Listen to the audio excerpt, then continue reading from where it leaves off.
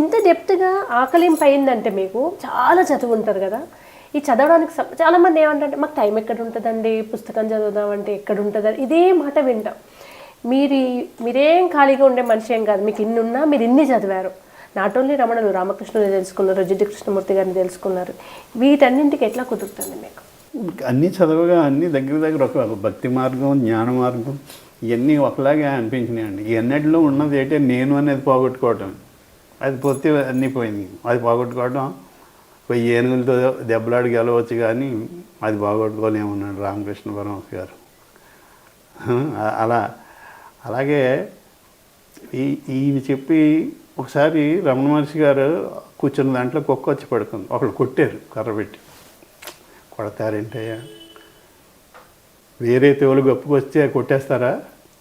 వేరే తోలు అంటే కుక్కలా ఒక తోలు గొప్పకొస్తే నేను ఈ తోలు గొప్పకొచ్చాను, ఆ తోలు అన్నట్లోని అదేముందని సమత్వం, సమానం. ఆయనకి మనిషి పులి ఏదైనా కానీ సమానం.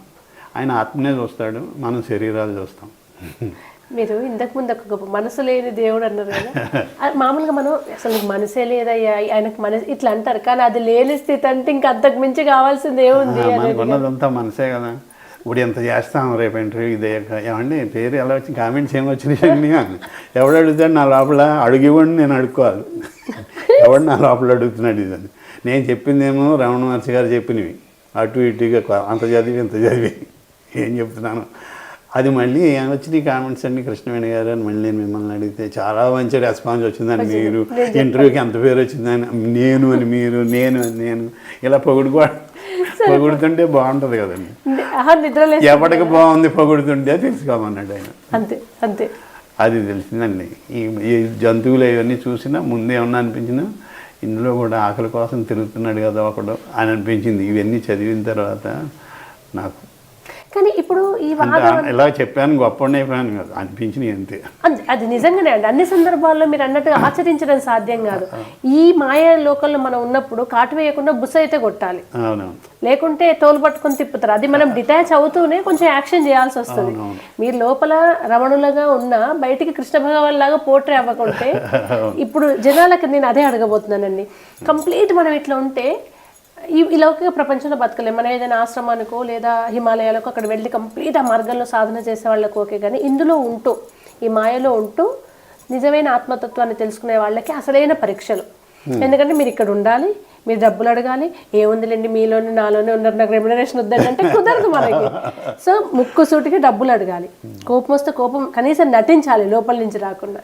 ఇది కష్టం అవ్వట్లేదా మీ ఫీల్డ్లో మీకు? ఏది మీరు చెప్పింది రామకృష్ణ పరమహంస గారు ఒకటి చెప్తారు, ఏది అందరిలోని శివుడు ఉన్నాడని చెప్తాడు.